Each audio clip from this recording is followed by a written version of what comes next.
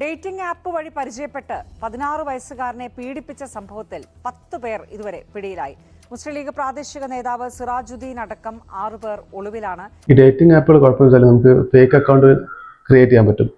ഇപ്പം രക്ഷിതാക്കളുടെ ഫോൺ നമ്പറോ അല്ലെങ്കിൽ ഇമെയിൽ ഉപയോഗിച്ച് നമുക്ക് ഫേക്ക് അക്കൗണ്ട് ക്രിയേറ്റ് ചെയ്യാൻ പറ്റും.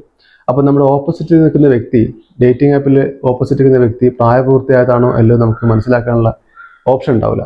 അവരവരുടെ ഫേക്ക് ആയിട്ടുള്ള ഡീറ്റെയിൽസ് ആയിരിക്കും ആഡ് ചെയ്യുക.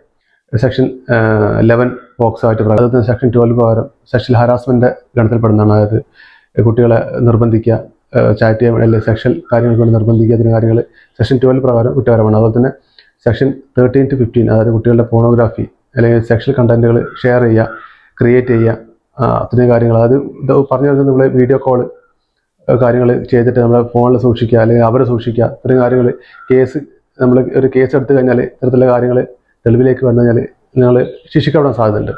അപ്പോൾ ശ്രദ്ധിക്കേണ്ട കാര്യം വെച്ചാൽ അതുപോലെ തന്നെ IT ആക്ട് 67B പ്രകാരം സെക്ഷൽ ഹാരാസ്മെന്റ് വിഭാഗത്തിൽപ്പെടുന്നതാണ്. അപ്പോൾ 7 വർഷം വരെ തടവും 10 ലക്ഷം വരെ ഫൈനും ഈടാക്കാവുന്നതാണ് ഈ സെക്ഷൽ ഹാരാസ്മെന്റിന്റെ സെക്ഷനിൽ.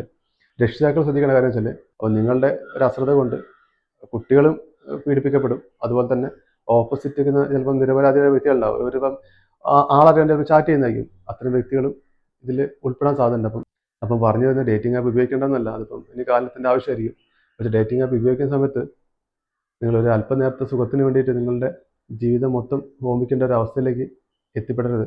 അപ്പോൾ പറഞ്ഞു വരുന്നത് ഈ വീഡിയോ ആളിലേക്ക് മാക്സിമം ഷെയർ ചെയ്യാം. അപ്പം ഡേറ്റിംഗ് ആപ്പ് ഉപയോഗിക്കുന്ന ആളുകൾക്കായാലും ഇനി പ്രായപൂർത്തിയാകാത്ത കുട്ടികളുടെ രക്ഷകൾക്കായാലും ഇത് ഉപകാരപ്പെടുകയാണെങ്കിൽ ഉപകാരപ്പെട്ടെ. Thank you.